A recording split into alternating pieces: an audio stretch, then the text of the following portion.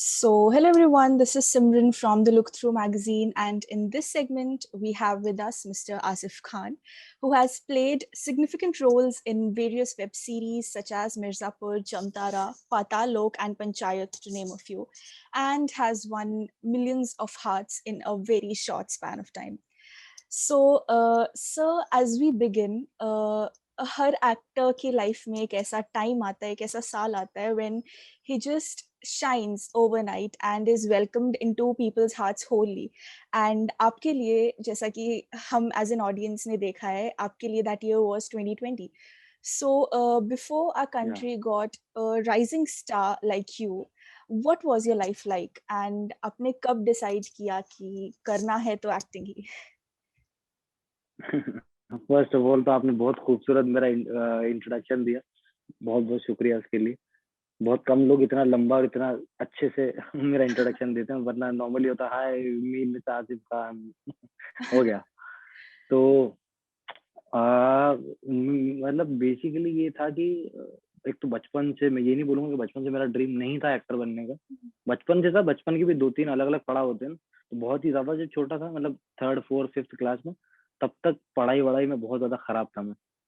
तो Okay. मेरे school में पनिशमेंट बहुत ज्यादा होती थी, तो उससे बचने के लिए बेसिकली मैं हमारे स्कूल के जो म्यूजिकल प्रेयर होती थी बेसिकली, तो म्यूजिकल प्रेयर का हिस्सा बनने के लिए मैं गया था, जो एनुअल फंक्शन पे होती है। तो वो करने के लिए मैं सर के पास गया, मैंने सर प्लीज मुझे इसमें ले लो ताकि उस जिल्लत से थोड़ा सा बच जाऊंगा। तो वहां से ढोल दिया गया मुझे पहली बार बजाने के लिए, तो वहां से शुरुआत हुई। करते करते फिर मेरे स्कूल में प्ले हुआ बहुत छोटा सा, किस्सा कुर्सी का। कुर्सी का मेरा साथ तब से चला आ रहा है, जो पंचायत तक जुड़ा हुआ है अभी Okay. तक। तो तो वो चक्के किया। वाली कुर्सी. वहाँ वो करने से एक्चुअली था कि पहली बार, हाँ, जिंदगी में पहली बार स्कूल में अप्रिसिएशन मिला लोगों से। Okay. तो वो अच्छा लगा मुझे कि यार चलो, नहीं और मतलब मुझे पहली बार ये समझ में आया एक्चुअली कि किताबों से बाहर भी इज्जत कमाई जा सकती है। जरूरी नहीं कि आपको सोसाइटी में एक बहुत ही आइडियल और बहुत ही अच्छी इज्जतदार जिंदगी जीने के लिए सिर्फ किताबें पढ़ना ही जरूरी नहीं होता। उसके बाद बाहर बहुत बड़ी दुनिया है जिसमें आप बहुत कुछ कर सकते हो। तो वो मुझे पहली बार समझ में आया स्कूल में, और उसके बाद फिर धीरे धीरे मैं करता गया। बहुत ही लोकल जो कॉम्पिटिशन होते थे मेरे यहाँ पे होम टाउन में, या आसपास के जो छोटे मोटे जो शहर हैं, उदयपुर, चित्तौड़गढ़, भीलवाड़ा, यहाँ सब, तो मैं वहाँ जाया करता था, परफॉर्म करता था। तो वो करते करते करते फाइनली ये हुआ कि इन 2008 माय फादर पास्ड अवे, और वहां से मेरी लाइफ थोड़ी चेंज हो गई कि फैमिली की रिस्पॉन्सिबिलिटी ज्यादा आ गई। मेरे जो बड़े भाई थे वो मुझसे ज्यादा टैलेंटेड थे एक्चुअली हर चीज में। वो आपके घर में आपको ज्यादा दिक्कत तब नहीं आती जब आप कम पढ़ाई में अच्छे हो। आपको दिक्कत तब आती जब आपके घर में आपसे ज्यादा कोई अच्छा होता है दूसरा, तब आपको मार ज्यादा पड़ती। तो मेरे साथ वो था कि मेरा भाई क्लास टॉपर, डांस उससे आप करवा लो, एक्टिंग आप जो आपको करवाना है। कुछ लोग होते हैं ना एकदम अलग, घर में आपकी जिंदगी में मतलब शकुनी मामा बन के पैदा होते हैं, तो मेरा भाई वैसा था। तो Okay. अब उनकी वजह से मेरा कंपटीशन बहुत हाई था। तो फिर फाइनली ये हुआ कि अब्बा के बाद भाई कि भाईजान पढ़ने में बहुत अच्छे थे, इनको पढ़ाई कंटिन्यू करनी है। और तब तक मैंने कहा चलो, मैं वैसे भी स्कूल जाकर तो कुछ करता नहीं, तो काम कर लेते हैं। तो काम करना शुरू किया फिर मैंने। तो पहला जॉब एयरटेल कंपनी में, यहाँ पे मैंने जॉब किया। मैं फॉर्म वॉर्म कलेक्ट करता था पूरे शहर। वो करते करते फिर 1-1.5 साल बाद जब भाईजान का जॉब हुआ पहले, तो फिर मेरे पे थोड़ा सा बर्डन कम हुआ। और ये मीनवाइल इस पूरे टाइम में मेरे दिमाग में वो कीड़ा था जो रोज रात को सोते हुए मुझे परेशान करता था कि ये नहीं करना है लाइफ में, ये नहीं करना है लाइफ में, कुछ और करना है लाइफ में, कुछ और करना है। वो डिसीजन लेना एक्चुअली बहुत मुश्किल होता है। आप सोचते बहुत हो, उसको करना, आप नीचे खड़े होकर पहाड़ देखते रहो कि चढ़ना है, चढ़ना है, चढ़ना है। किस दिन चढ़ना है वो दिन डिसाइड करना इज वेरी डिफिकल्ट। तो वो आया फाइनली 1 फरवरी 2001, नहीं सॉरी 1 फरवरी को नहीं, मैं 2010 में गया था। मैं डेट कुछ ऐसा ही है, फरवरी के आसपास का ही है। तो मैं उस दिन मैंने फाइनली डिसाइड किया। मैंने अम्मी को बोला, मैंने कहा मुझे बम्बई जाना है। तो उनके लिए बिल्कुल वैसा था कि हैं क्या कह रहे हो, मतलब नॉर्मली बहुत बुखार उखार शॉकिंग चेक करो लगता इसका। है. और यार उनका बहुत वो रिएक्शन बहुत बहुत जेन्युइन था, क्योंकि देखो Okay. जब आप एक नॉर्मल इंसान एक बहुत छोटे टाउन में, जिसका बॉलीवुड दूर दूर तक कोई लेना देना नहीं है, एक्टर के और उसके बीच में एक कांच है, टीवी के उस तरफ वो है, टीवी के इस तरफ आप हो। तो उनको लगता है कि खूबसूरत चेहरे, बड़े डोले वाली बॉडी, खूबसूरत कपड़े, खूबसूरत बाल, वो होते हैं एक्टर। और मैं एकदम उस टाइम, मतलब अभी तो मैं फिर भी थोड़ा ठीक हूँ, उस टाइम तो मैं एकदम ही चूसा हुआ आम था। तो मेरी तो बिल्कुल ही, मेरा कोई चांस ही नहीं था एक्टर बनने का। तो उनका वो रिएक्शन बहुत जेन्युइन था कि मतलब हाँ, मतलब तुम सोच भी कैसे सकते हो? तुम्हारे तो एक्टर बनने सोचने में तुम्हें 6 महीने की जेल होनी चाहिए। तो वैसा रिएक्शन था। ओके। तो फिर फाइनली मैं थोड़ा नाराज़ हुई मेरी अम्मी, मैं बिना बताए चला गया बॉम्बे। और फिर मैं ओके। 1.5 साल, ऑलमोस्ट डेढ़ पौने 2 साल बॉम्बे रहा। मैं अलग-अलग जॉब्स किए वहाँ पे। जो करने गया था उसके अलावा सब कर लिया मैंने। एक्टिंग करने गया था, लेकिन वहाँ पे होटल में जॉब कर लिया, मॉल में काम कर लिया, सब ओके। कुछ कर लिया। और करते-करते फिर फाइनली मुझे, थैंक गॉड कि मुझे वो रियलाइज़ेशन बहुत जल्दी हो गया कि सीखना बहुत इम्पोर्टेंट है और अपने को एक्टिंग नहीं आती। हम्म। तो वो फिर मुझे समझ में आया 2012-11 के एंड में। तो फिर वो वहाँ से फिर मैंने बम्बई में कुछ-कुछ एक्टिंग स्कूल में ट्राई किया। बहुत महँगे थे वो, बहुत फीस-वीस थी वहाँ की ज़्यादा। तो वो नहीं हो पाया। और तब तक एक्टिंग का मतलब था शाहरुख खान, कि एक्टिंग जो होती है वो शाहरुख खान होता है। तो मैं लिटरली 2010-11 में बम्बई में, अगर गलती से अगर कोई मुझे कहता था कुछ करके दिखाओ, तो मैं, कल हो ना हो का सीन है रेलवे स्टेशन पे, जब शाहरुख खान सैफ अली खान से डायरी छीनते हो, डायरी में कुछ नहीं लिखा और वो बोलते कि नैना काश कि मैं तुम्हें बता सकता मैं तुम्हें कितना चाहता हूँ। वो डायलॉग मैं बोलता था, प्रॉपर पूरे सीन में मेरे हाथ ऐसे होते थे कि ये, this is very good acting. तो ये मैं पूरा इस तरीके से करता था। और तो जब जयपुर आया थिएटर करने के लिए फाइनली, तो जयपुर इसलिए आया क्योंकि सस्ता शहर था, मेरे घर के करीब था। तो जहाँ मुझे बम्बई में 20-25-30 हज़ार की ज़रूरत पड़ती, वहाँ जयपुर में मैं 5-7 हज़ार में अपना महीना गुज़ार सकता था। हम्म। तो वो करने के बाद जयपुर आया हूँ, तो जयपुर आने के बाद थिएटर करना शुरू किया धीरे-धीरे। और पहली पिक्चर मैंने देखी थी हासिल। और एक एक कॉमन फैक्टर ये था कि मैं जयपुर जब थिएटर करने गया, तो मेरे को एक तरीके से मेरा होम टाउन ही हो गया वो दूसरा। तो मुझे जब पता लगा कि इरफान खान यहीं सीख के निकले हैं, जिस स्टेज पे तुम खड़े हो यहाँ कभी इरफान खान खड़े हुआ करते थे, जिस रिहर्सल हॉल में हम रिहर्सल कर रहे हैं वहां कभी। और सबसे अच्छी बात ये थी कि हमारा थिएटर ग्रुप है सार्थक theatre group, mister Sabir Khan मेरे उस्ताद हैं, मेरे ओके। टीचर वो रहे। उन्हीं के साथ इरफान सर एनएसडी से पहले ओह। काम करते थे जयपुर में। तो वो जब, तो वो जो पूरा उनके अलावा भी लोगों के साथ किया। तो वो जो पूरा रविंद्र मंच जो था, वो हम्म। एक्चुअली मेरे लिए एक एक तरीके की, क्या कहते हैं उसको, एक तरीके की वो थी, आ, क्या कहते हैं इसको, मेरे को वर्ड नहीं मिल रहा उस चीज के लिए। तो मतलब बेसिकली वैसा था कि यार, आप जिस दीवार को आप टच करते हो ना, कि कभी ना कभी इरफान खान ने टच किया है इसको, हम्म। तो एक वो कनेक्शन मेरा धीरे धीरे होता गया। और जिस दिन फिर मैंने हासिल देखी, एक्चुअली मेरे लिए एक्टिंग की डेफिनेशन चेंज हो गई। मैंने कहा ये आदमी कौन, बड़ी बड़ी आंखों वाला, कुछ कर ही नहीं रहा ये। और सब, मतलब ये कुछ नहीं करके भी बहुत कुछ कर रहा है, यहाँ अच्छा लग रहा है इसको काम देख। हासिल पिक्चर खत्म हुई, रात भर सोया नहीं मैं, कि और ये तो हीरो हीरो जैसा दिखता भी नहीं है, दुबला पतला सा, मैं भी दुबला पतला सा हूँ। हम्म। बाल भी अजीब से ही हैं, मतलब इतना वैसा हीरो वाली कोई सी भी जो हीरो हीरो था एक्चुअली, है ना, वो जो हम देखते थे कि अर्नोल्ड जैसी पर्सनालिटी होती होगी, वो तो नहीं है इस आदमी में, ये कौन है? फिर जब पता लगा कि भाई इरफान खान कौन सी तोप चीज है, मतलब कौन को हमारे इंडिया में एक ऐसा एक्टर पैदा हुआ जिसको वर्ल्ड में जानते हैं लोग, ये हमें नहीं मालूम था, हम इतने बेवकूफ थे। तो फिर तो सब छोड़ दिया। फिर मैंने कहा अब इरफान खान की पिक्चर देखी जाएंगी। फिर हम दोस्त इकट्ठा होते थे रोज, इरफान खान की कोई ना कोई पिक्चर, फिर कभी मकबूल देख रहे हैं, कभी क्या देख रहे हैं, हर दिन हम सिर्फ वही देखा करते थे। तो वहां से जो है मेरी एक्टिंग की डेफिनेशन चेंज हो गई। और फिर अब उनका जो काम करने का पैटर्न है इरफान सर का, मैंने जब उनके इंटरव्यू देखना शुरू किए, तो मेरे जो उस्ताद थे साबिर खान, उनका एग्जैक्ट सेम पैटर्न था काम करने का। कि वो, उन्होंने कभी हमको ये नहीं सिखाया कि हाउ टू एक्ट, वो एक्टिंग क्या होती है वो ये नहीं सिखाते। वो कहते हैं कि डायरेक्टर जो होता है वो बेस्ट ऑडियंस होता है। वो बैठ के देखते थे हमारा नाटक की रिहर्सल और कहते थे आज अच्छा नहीं लगा, या ये सीन अच्छा नहीं, इसको दोबारा करो। क्या करना ये नहीं बताएंगे, करते रहो जब तक तुम अच्छा नहीं करोगे, जब अच्छा करोगे तो ये वाला अच्छा था। इतना सिंपल डायरेक्शन होता था साबिर सर का। प्लस बहुत ही हमारा कभी अगर आपने थिएटर अगर कोई प्ले देखा हो तो आपको पता होगा कर्टन कॉल होता है नाटक के बाद में, जिसमें एक एक एक्टर को बुला के इंट्रोड्यूस किया जाता है यस, यस, ऑडियंस से। यस। हमारे ग्रुप में वो नहीं होता, हमारे ग्रुप में कभी कर्टन कॉल नहीं होता। साबिर सर का ये मानना था कि एप्रिसिएशन जो होता है वो वो पीठ पीछे होना चाहिए आर्टिस्ट, मुंह पे नहीं होना ओके। चाहिए। उसके दिमाग में ये चीजें बच जाती हैं और फिर वो अपने क्राफ्ट को भूल के और वाहवाही की तरफ भागने लग जाता है। हम्म। तो इस तरीके से मेरी पूरी मेरे थिएटर की जो जर्नी थी टिल 2016 में रहा वहाँ पे। अजीत सिंह पलावत एक और डायरेक्टर हैं जो कि साबिर सर के स्टूडेंट थे, बट फिर उन्होंने अपना ग्रुप शुरू किया। वो एक नाटक बना रहे थे विलियम शेक्सपियर का, मिडसमर नाइट ड्रीम। तो ओके वो ओके करना, वो किया मैंने उनके साथ। फिर ऑल ओवर इंडिया मुझे पहली बार घूमने का मौका मिला। पहली बार फ्लाइट में उस नाटक के चक्कर में बैठने का मौका मिला मुझे, कि मैं पहली बार, हमारा हमारा जो ग्रुप था वो पाकिस्तान जा रहा था, कराची परफॉर्म करने के लिए। तो हम उस नाटक के थ्रू मैंने कराची गया, वहां से आया। तो फिर फाइनली 2016 में मुझे ऐसा लगा कि हाँ मतलब अब शायद कर मतलब थोड़ा बहुत कुछ कर पाऊंगा, शायद तो बम्बई चलना चाहिए। और फैमिली की रिस्पॉन्सिबिलिटी ज्यादा थी कि यार कब करोगे, क्या करोगे। क्योंकि उस टाइम ये होता था कि अब सोसाइटी बहुत, जब तक कि आप उनको प्रूव नहीं कर दोगे कुछ, तब तक वो आपको टोंचती रहेगी रात दिन। तो मेरी अम्मी जब भी किसी पार्टी में या किसी शादी में जाया करती थी, लोग पूछते तुम्हारा बेटा क्या कर रहा है, तो अम्मी का जवाब नहीं होता था कभी भी कि क्या बताऊं मैं। तो मुझे भी ये चीज बहुत लगती थी अंदर से कि यार ये मतलब अब मेरे हाथ में नहीं है। ये कोई एमबीबीएस की डिग्री नहीं है कि 6 साल में पूरी करके 7वें साल में मैं बैठ के प्रैक्टिस करना शुरू कर दूं। ये काम थोड़ा सा अलग है बाकी सब। इसीलिए तो इस प्रोफेशन को सेलिब्रेट किया जाता है, इसीलिए तो जो करते हैं उनको सेलिब्रिटी कहा जाता है। अलग है तो इसमें रिस्क भी बहुत ज्यादा है। तो फिर फाइनली मैंने डिसीजन लिया बॉम्बे जाने का। बॉम्बे में जब गया हूँ तो फिर वहां जाने के बाद शुरू शुरू में बहुत छोटे छोटे से कैरेक्टर मिलने लगे। टॉयलेट एक प्रेम कथा में किया मैंने, ऐड किए बहुत सारे।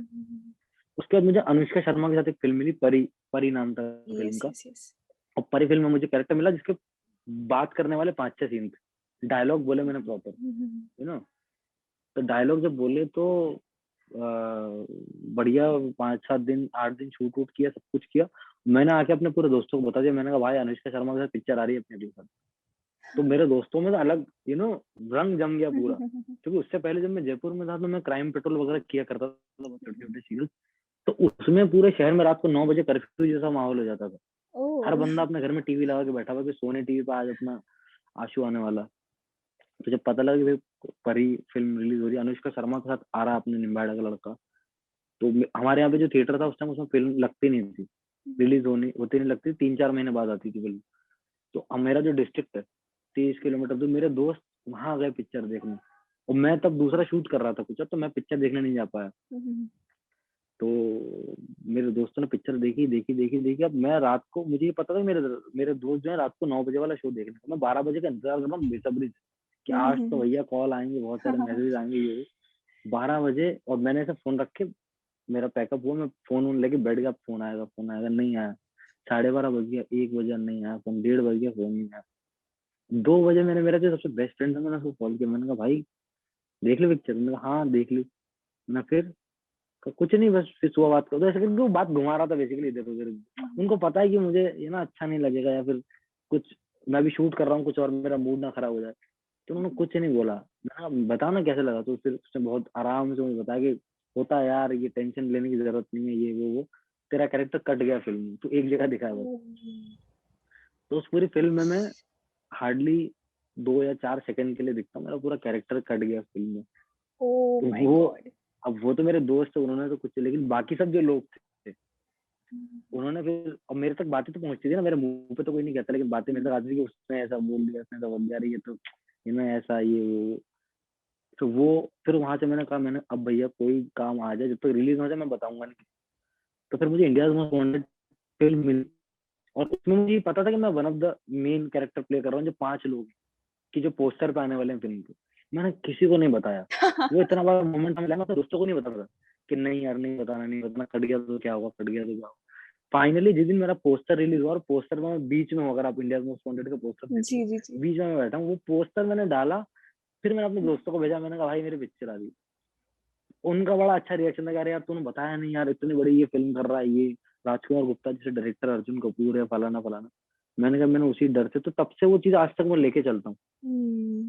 जब तक कोई चीज रिलीज ना हो जाए, जब तक किसी चीज का ऑफिशियल अनाउंसमेंट ना हो जाए, अपने मुंह से कभी जिंदगी में, अब तो हालांकि चलो टचवुड ऐसा है कि कैरेक्टर नहीं काटते हैं लोग, लेकिन बड़ा, बट वो एक्सपीरियंस अच्छा था, लर्निंग लेसन था मेरे लिए एक, कि लाइफ में कई बार अनएक्सपेक्टेड चीजें जब हो जाती हैं तो आपको प्रिपेयर रहना चाहिए उसके लिए।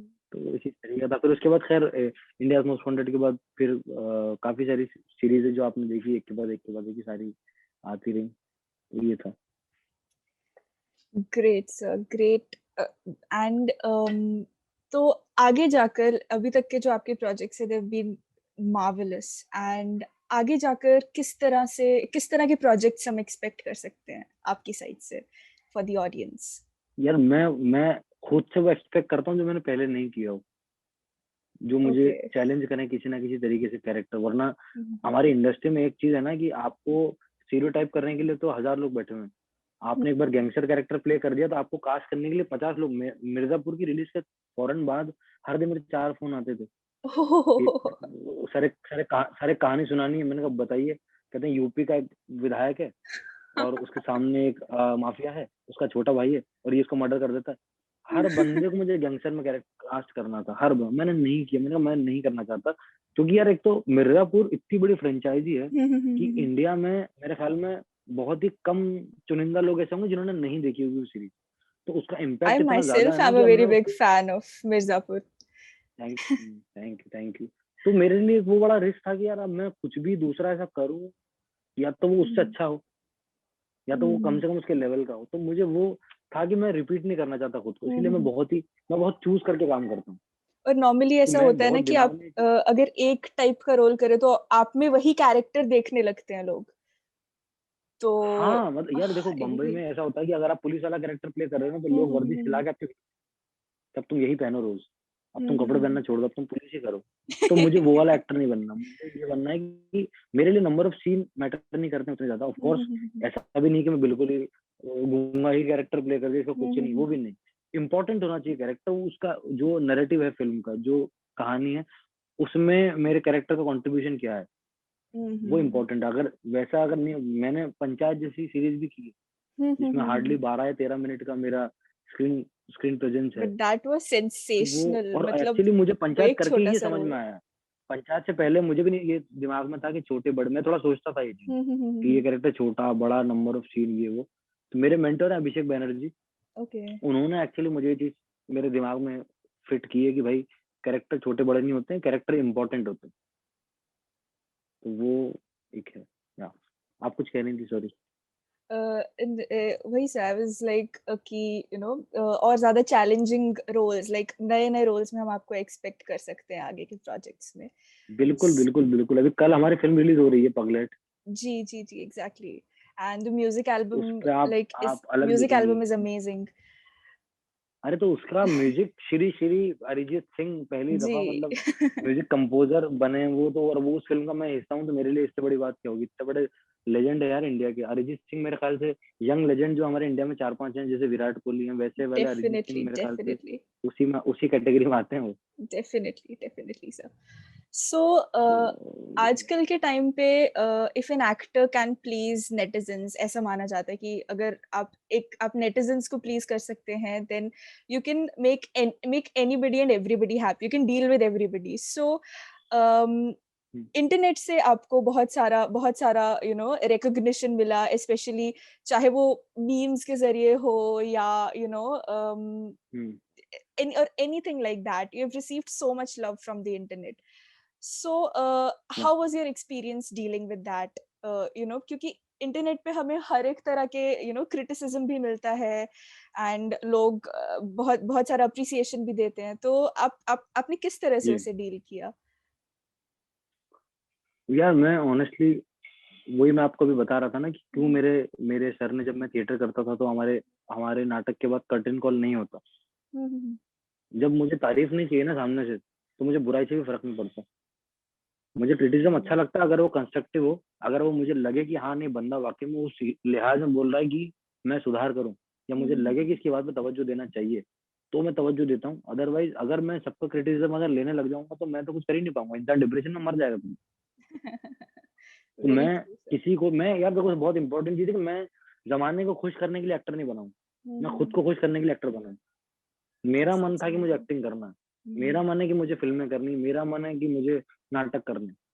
तो आप सब मेरा काम देखिए, आपको अच्छा लगता है तो आप अच्छे फीडबैक दीजिए, आपको नहीं लगता आप बुरे फीडबैक भी दे सकते हैं। मुझे जो अच्छा लगेगा, मुझे लगेगा कि हाँ ये वाला मुझे, इस चीज में मुझे सुधार करना है, तो मैं करूंगा। तो क्रिटिसिज्म बहुत नॉर्मल चीज। अगर आप एक आर्टिस्ट हो, लाइक आप जर्नलिज्म आज अगर आप कर रहे हो, तो आपको भी लोग क्रिटिसाइज कर सकते हैं कि ये तो फलानी फलानी पॉलिटिकल पार्टी को सपोर्ट करने वाला है, ये तो बायस्ड है। तो उसके उस बंदे के बोल देने से आप कल को ये थोड़ी कि आप ऑपोजिशन को सपोर्ट करने लगे। आपका आपकी सोच क्या कह रही है, वो आप पे डिपेंड करता है। आप उस बंदे को खुश करने के लिए जर्नलिज्म करना नहीं शुरू किया था आपने। तो क्रिटिसिज्म अगर कंस्ट्रक्टिव होता है, अगर वो आपको लगता कि नहीं ये जेन्युइन है, मैं उसको ध्यान में, मैं सोशल मीडिया इसीलिए मैं पोस्ट करता हूँ, कमेंट वमेंट और ये मैं डीएम्स में ज्यादा मैं देखता नहीं है सब। और अगर कोई करता भी है तो मुझे लिटरली मुझे फर्क नहीं पड़ता। लेकिन अब जैसे क्या है कि जब फिल्म रिलीज होती है तो सोशल मीडिया पे ज्यादा एक्टिव रहना पड़ता है, क्योंकि पेंडेमिक चल रहा है, आप जा नहीं सकते, तो राइट आपके ऑप्शन ये बचता है। तो उसमें आते हैं बहुत सारे, बैकलैश भी होती है हर चीज की, तो वो ठीक है। बट वो उसको अगर आप डील अगर आप उसके साथ नहीं कर सकते, तो फिर देखिए डॉक्टर ने तो लिख के नहीं दिया था कि आपको एक्टिंग करनी पड़ेगी। आप अपनी चॉइस से आए हो, तो हर चीज के माइनस प्लस पॉइंट दोनों है, तो आपको डील तो करनी पड़ेगी उसके साथ। तो आपने कई कुछ नेगेटिव कैरेक्टर्स भी पोर्ट्रे किए, तो कभी ऐसा हुआ है कि किसी कैरेक्टर की वजह से आपको बैकलैश फेस करना पड़े कि नहीं, बहुत बहुत हम ऐसा पंचायत, एक्सपेक्ट कर रहे थे स्टोरी में, बट ऐसा होना चाहिए था? Panchayat panchayat right, right, right. Panchayat release हुआ, लोगों लोगों के मैसेज आ गया, हमारा मन कर रहा है तुम्हारा मुंह तोड़ने घर आज। मुझे ये लड़कियां मैसेज कर रही थी, और लोग वो वाली गाली भी दे रहे थे जो हमने सीरीज में ओके, बोली है, okay. ASS H dash dash dash dash. तो बहुत सारे मैसेज में लिख लिख के लोगों ने भेजा, बट उसके लास्ट में एक लाइन लिखते थे वो कि मुझे कुछ कुछ तो मैसेज याद थे, बड़े फनी थे कि hi this is XYZ and just finish panchayat third episode, और मेरा मन कर रहा है तुम जाओ, तुम्हारा वहां के मुंह तोड़ दें, तुम्हारे मुंह पे चप्पल मार दूं, ये कर दूं, but you are good actor. Oh, तो मुझे that's शुरू के 2 दिन बुरा लगा, एक्चुअली मुझे शुरू के 2 दिन बुरा लगा, जो हमारे जो डायरेक्टर थे दीपक सर, मैं उनसे बात कर रहा था, मैंने कहा सर यार लोगों ने ऐसे ऐसे करके बात कर रहे हैं। सर ने मुझे समझाया कि बेटा ये कॉम्प्लीमेंट है, लोग तुम्हारा एक्चुअली कैरेक्टर फील लोगों कर को पा रहे जो आपने आपने पोर्ट्रे इतना किया फील उसे। कर पा रहे हैं, इतना कनेक्ट कर पा रहे हैं कि मतलब उन्हें अगर किसी राइट। नेगेटिव कैरेक्टर पर गुस्सा आता है, तो इसका मतलब कि सही हुआ है, वो कुछ ठीक ठाक हो गया उस कैरेक्टर के साथ। ओके। तो वो कॉम्प्लीमेंट थे मेरे लिए सारे, वो गालियां कॉम्प्लीमेंट थी। अच्छा वो लॉकडाउन राइट। लगा हुआ था, नहीं तो मेरे सच में जूते पड़ते बाहर निकलते। पहली बार ऐसा कर रहा हूँ मैं, फ्रेंड से ऐसे ऐसे कर रहा हूँ, यहाँ जूता मुंह पे। सो काफी एक्सपीरियंस्ड एक्टर्स के साथ आपने काम किया है, सो विच मेमोरी इज अभी तक के लिए, which memory is really close to your heart as of now? एक तो पहली तो सर वो कभी नहीं भूलूंगा जिंदगी में, जब पहली बार पंकज सर को देखा था मैंने मिर्जापुर के सेट पे, तो मैं उनको देख के मैं डायलॉग क्या भूल गया, मैं रोने लगा था एक्चुअली। ओह, तो मैं रो ही दिया था ऑलमोस्ट, आंखों जैसे आंसू भी टपक गए। ओह तो माय हमारे गॉड। एडी वेडी जो थे वो एक दो डर गए थोड़े से, क्या हुआ। पंकज सर इतने ज्यादा स्वीट है, फिर वो साइड में लेके गए, बात किया थोड़ा कि कहाँ से हो क्या हो, तो 10 मिनट बात करके उन्होंने इतना ज्यादा कंफर्टेबल। और ये सीन है मिर्जापुर सीजन 1 में जो मेरा एंट्री सीन, ओके, और मेरा डायलॉग क्या था, ओके, सलाम मामू सलाम कारिम भैया। इतना ही डायलॉग था, ओके। मुझसे वो भी नहीं बोला जा रहा था उनके सामने। उनका इम्पैक्ट इतना ज्यादा था मेरे अंदर कि पंकज त्रिपाठी। तो एक तो वो मेमोरी, उसके बाद फिर वो मेरे से बहुत बातें करने लगे, मेरे से बहुत प्यार से रहते थे वो। और तो वो एक दिन मैं इंडिया मोस्ट वांटेड शूट कर रहा था, तो वो बिहार में शूट कर रहे पटना में, वहां मुझसे मिलने आ गए वो। तो ओह पंकज त्रिपाठी मुझसे मिलना है, मतलब हुए हम आए, my you god, no, that's so sweet of Pankaj him. Tripathi मुझसे मिलने आ रहे हैं। वो मेरे सोशल मीडिया पर आप देखिएगा, मैंने फोटो डाली है उसकी पूरा, मेरी और पंकज सर की। पंकज सर मुझसे मुझसे मिलने आए थे वो। मैं जब सुना था पहली बार, मैं मतलब मेरे पैरों से जमीन निकल गई, मैंने क्या बात कर रहे हो। तो वो एक मेमोरी थी पंकज सर के साथ। उसके अलावा और एक मेमोरी, हाँ अभी मैंने एक प्रोजेक्ट किया मैंने विकी कौशल के साथ।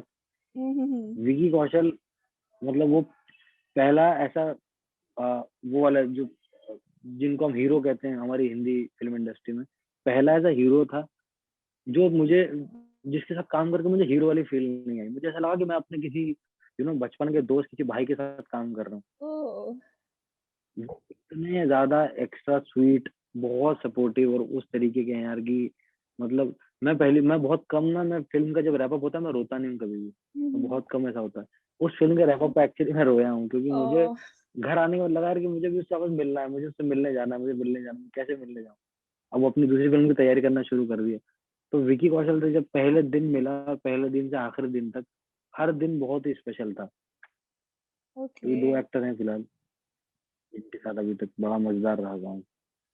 So, what according to you is a good script? Like, आप सबसे पहले क्या देखते हैं इस एक स्क्रिप्ट सिलेक्ट करने से पहले?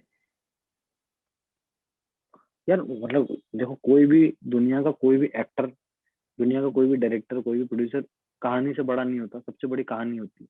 हम्म, तो हर फिल्म की जो मूल चीज है वो कहानी है, तो कहानी ही देखी जाती है सबसे पहले कि कहानी क्या कह रही है, कहानी कितनी जरूरी है कहना आज के जमाने में, इस वक्त कितनी रेलेवेंट है, ये कितना एंटरटेन करेगी लोगों को, बोरिंग तो नहीं है, झूठ तो नहीं बोल रही। ये सारी चीज अगर आप देख रहे हो, कहानी अगर आपको इन सारी चीजों में सही लग रही, तो पहले आप देखते हो कहानी, ऑफकोर्स उसके बाद आप अपना किरदार देखते हो, आपका किरदार कितना अच्छा है, आप जहाँ भी स्टैंड करते हो एज एन एक्टर, आप उसको जस्टिफाई कर पाओगे कि नहीं, वो कैरेक्टर आपको जस्टिफाई कर रहा है कि नहीं, ये सारी चीज आप देखते हो। उसके बाद फिर बाकी की सारी चीज होती है कि डायरेक्टर कौन है, ये कौन है, बाकी सारी जो चीजें, बट फर्स्ट सबसे ऊपर कहानी।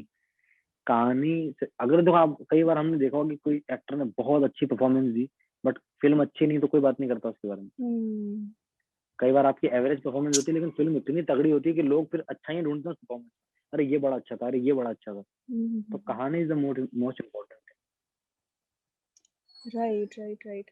सो अभी तक आपने जितने भी रोल्स किए हैं, some of them were fun loving and some of them were intense. तो ऐसा कौन सा रोल है which actually resonated with your character, जिससे आप एक पर्सनल लेवल पे सबसे ज्यादा कनेक्ट कर पाए हैं?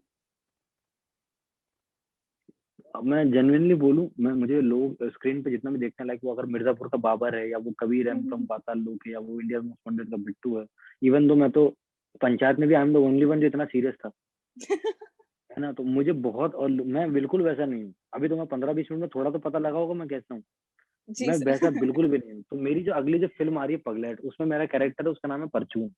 ओके वो एक्चुअली है जो आसिफ के आसपास का कोई बंदा है।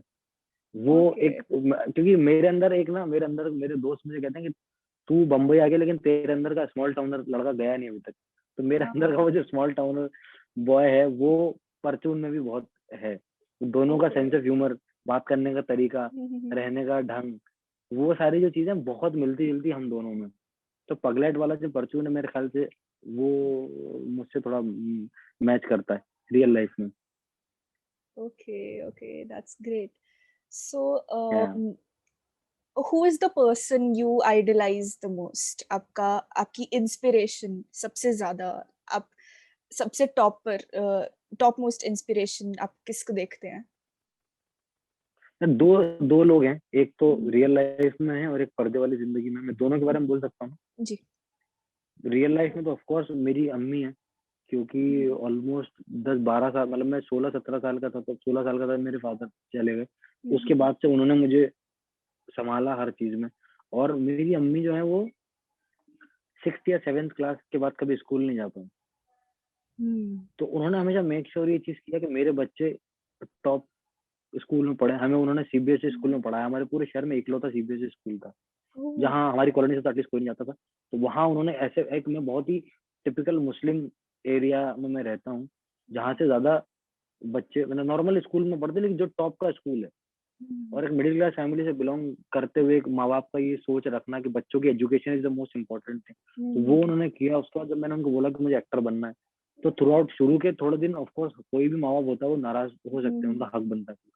उसके बाद से लेकर आज तक मेरे किसी भी डिसीजन को, या मेरी किसी भी चॉइस ऑफ रोल को, कि यार मैं पाताल लोक कर रहा हूँ, मुझे इसमें न्यूड सीन करना है, यू नो, लाइक मुझे ये करना है, तो हर मेरे डिसीजन को सपोर्ट किया मेरी अम्मी ने। मैं उनको मतलब मैं उनके बिना कुछ नहीं कर पाता। तो जिस तरीके के बैकग्राउंड से वो आती है, आने के बाद भी मुझे ऐसा लगता है कि मेरी मतलब मेरे हमारे घर में मेरे अब्बा, जब तक से मेरे अब्बा कहते थे कि तेरी माँ गलती से इस घर में पैदा हुई, उसको अमेरिका में पैदा होना चाहिए था। मेरी अम्मी इतनी ओपन माइंडेड है चीजों को लेके। तो मेरी सबसे बड़ी इंस्पिरेशन, मैंने उनको देखा कि सिंगल हैंडेडली आप पूरी फैमिली को, सबको खुश होता है ना, सबको खुश रख के कैसे चलता है एक इंसान, राइट राइट वो राइट। मैंने मेरी अम्मी से देखा कि सब्र इंसान में कितना होना चाहिए। मैं 8-9 साल मैंने बम्बई में निकाले, जयपुर में, वो ऐसे ही निकाले कि अम्मी को देख के कि यार वो लाइफ में इतना सब्र कर सकती है, तो मेरा काम तो क्या ही है फिर। इतना कोई बड़ी बात नहीं, कर लूंगा आज नहीं तो कल। कभी अगर ऐसा भी होता था कि यार बहुत महीनों हो गए, काम नहीं है, पैसा नहीं है, कुछ नहीं है, अम्मी को फोन करता तो वो कहती थी सब्र करो, एक दिन तुम बहुत बड़ा काम करोगे, तुम मेरे फेवरेट एक्टर हो। वो आज वो तब से कहती जब मैं कुछ नहीं करता था कि तुम मेरे फेवरेट एक्टर हो, तुम एक दिन बहुत अच्छा काम करो, मुझे बहुत भरोसा है। तो उनका वो जो भरोसा था ना, वो मुझे कॉन्फिडेंस देता था बहुत ज्यादा कि नहीं, अम्मी को लगता है तो हो जाएगा एक ना एक दिन। तो लाइफ में मेरी इंस्पिरेशन मेरी अम्मी है, और पर्दे पे अगर मैं सिनेमा में बात करूँ तो मेरी inspiration of course mister Irfan Khan मेरी सबसे बड़ी इंस्पिरेशन है, क्योंकि वो बहुत जो जैसा मेरा होम टाउन है वैसा ही टोंक, एक हमारा एक डिस्ट्रिक्ट है टोंक राजस्थान में, उसके पास में गांव था, वहां से वो निकले थे। वहां से आकर के जयपुर आना, जयपुर में थिएटर करना, जयपुर से बम्बई जाना, टीवी करना, टीवी से फिल्म करना, बॉलीवुड हॉलीवुड तक चला गया वो आदमी। मतलब जुरासिक वर्ल्ड जो मतलब ऐसा कोई होता ना कि आपने लाइफ में ये अचीव कर लिया, ये कर लिया, ये कर लिया, ये कर लिया, अब बचा क्या। तो इरफान सर वो एक एग्जाम्पल था जो जो कहते हैं ना कि अर्थ से लेकर फर्स्ट तक इंसान चला जाता है पूरा एक ही जिंदगी में। और क्वालिटी ऑफ वर्क, मतलब आपने कभी भी क्वांटिटी के चक्कर में क्वालिटी से कॉम्प्रोमाइज नहीं किया, ये बहुत जरूरी होता है। इंसान ऊपर जाने के चक्कर में कुछ भी करता है तो उस चीज को कॉन्स्टेंटली आपको मेंटेन करना, और हमको प्राउडली ये कहना कि भाई हमारे पास एक एक्टर जो world wide world class actor, अब हॉलीवुड का कोई भी एक्टर सामने ला के खड़ा कर दो, हमारे पास इरफान खान है, लाओ उसकी टक्कर में। यू नो, तो वो एक मेरी इंस्पिरेशन थे, ये दो लोग हैं। That's great. That's great. So, before we conclude this interview, एक last question. आप क्या advice देना चाहेंगे to other talented youngster of our country who are passionate about acting, and how would you like to um, comment about the good and bad side of the industry? What should people have in mind when they try to make a move in take a step forward in this field, in the field of acting? आपकी तरफ से क्या यार take away होगा? Suggestion देना, तो suggestion word तो मेरे लिए बहुत बड़ा है। मैं तो खुद अभी बहुत ही नया नया, बहुत ही यंग, मैं इतना ज्यादा एक्सपीरियंस नहीं कि मैं किसी को वो बता पाऊँ कि आप ये करो, ये ना करो। बट हाँ, मैं मेरा जो भी छोटा मोटा एक्सपीरियंस है मैं उससे ये जरूर बोल सकता हूँ कि आप अगर जो भी सोच रहे हैं कि उनको बम्बई जाना या उनको एक्टिंग करना या थिएटर करना, कुछ भी करना, वट टैलेंट और आपका क्राफ्ट तो बहुत इंपॉर्टेंट है, उससे ऊपर आता है पेशेंस का लेवल आपका। अगर आप में पेशेंस है तो आप इस तरीके का करियर को आप परस्यू करने के बारे में सोचिए, अदरवाइज आप मत सोचिए। और उसके क्योंकि मैं इसलिए कह रहा हूँ क्योंकि मैं पहले बम्बई गया, फिर मैं वहां से जयपुर आया, मैंने सीखा, फिर मैं दोबारा गया। तो क्राफ्ट का आपकी पकड़ होना बहुत जरूरी है। नॉर्मली मैं देखता हूँ बहुत सारे लोगों को 5-6 महीना थिएटर करके या 2-4 हफ्ते करके उनको लगता है कि हो गया, अभी चलते हैं बम्बई, और फिर वो अपना टाइम खराब हो जाता है उनका बहुत ज्यादा। फिर वो दूसरी चीजों को दोष देते हैं, कि ये ऐसा वो वैसा, यहाँ तो नेपोटिज्म है, वहां तो फलाना है, यहाँ तो ढिमकाना है। हम क्योंकि देखिए खुद में अपने गिरबान में झांक के देखना, अपनी बुराइयों को देखना उतना ही मुश्किल है जितना कि रेगिस्तान में सुई ढूंढना है। तो हम ना ये चीज एक्सेप्ट नहीं कर पाते कि मेरे अंदर कितनी कमी है, देखो मैं कितना खराब एक्टर हूँ, या मैं मुझे ट्रेनिंग की बहुत जरूरत नहीं। हम देखते हैं दूसरों में क्या क्या गलती है, मुझे लोगों ने मौका नहीं दिया, कोई तुम्हें क्यों मौका देगा? उसने ठेका ले रखा है तुम्हारा? कोई मौका देने के लिए नहीं बैठा। आप अपने आप को इस काबिल बनाओ कि अगला बंदा मजबूर हो जाए आपको कास्ट करने में। Very true. तो ये मेरी तरफ से यही है। और उसके अलावा बाकी तो एक और क्या पूछा था आपने, सेकंड क्या था? कि वही सर, लाइक इसी यंगस्टर्स से रिलेटेड कि कि ये क्या बुरा और क्या गुड एंड अच्छा बैड साइड है ना। Side of the industry. Good, यार देखो वो तो आप अच्छे हो तो मेरी अम्मी बार बार कहती है कि आप भले हो तो जग भला है। आप अच्छे हो ना, सब कुछ अच्छा है आपके साथ। मैं लिटरली मैंने इतनी सारी बातें सुनी, ये वो बम्बई में जिस दिन से गया मुझे अच्छे अच्छे लोग ही मिले हमेशा। मेरे मेंटोर है अनमोल अभिषेक, अनमोल सर अभिषेक सर जो हैं दोनों, कास्टिंग कंपनी चलाते हैं कास्टिंग, उनके साथ मैंने काम किया। मेरे दोस्त हैं बहुत सारे जो डायरेक्टर्स हैं मेरे, मैं थिएटर जिन लोगों के साथ किया।